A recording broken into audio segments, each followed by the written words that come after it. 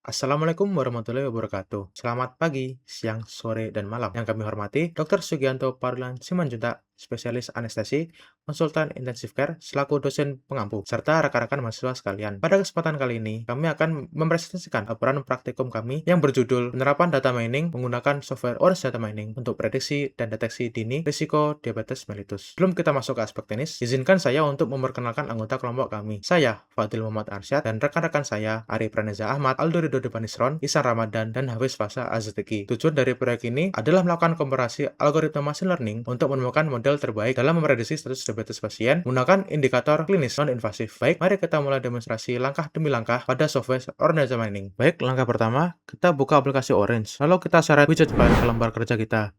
Kita lakukan double klik untuk memasukkan dataset diabetes CSV. Menggunakan langkah ini, ini sangat krusial untuk inisialisasi data. Di sini kita memasukkan 768 data mentah pasien. Kita harus mengubah role variable outcome menjadi target dan variabel klinis lainnya seperti glucose, BMI, dan age sebagai feature. Hal ini bertujuan agar sistem mengetahui variabel mana yang bertindak sebagai penentu diagnosis dan variabel mana yang bertindak sebagai indikator prediktor.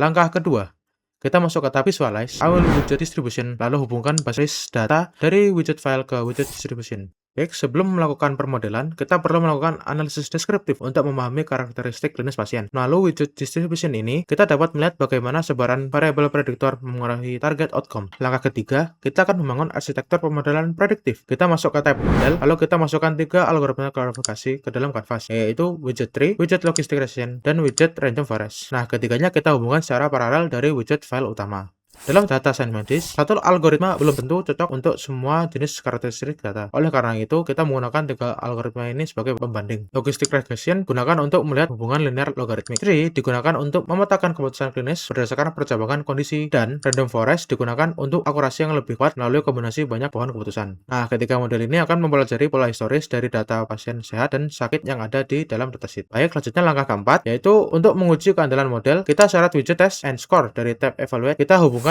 widget file serta ketiga model algoritma tadi ke dalam test and score. Berdasarkan tabel evaluasi yang muncul di layar, kita dapat menganalisis matrik CA atau classification accuracy. Algoritma logistic regression menghasilkan akurasi tertinggi, yaitu sebesar 0,776 atau 77,6%. Disusul oleh random forest sebesar 76,8%, dan terakhir decision tree sebesar 74,1%.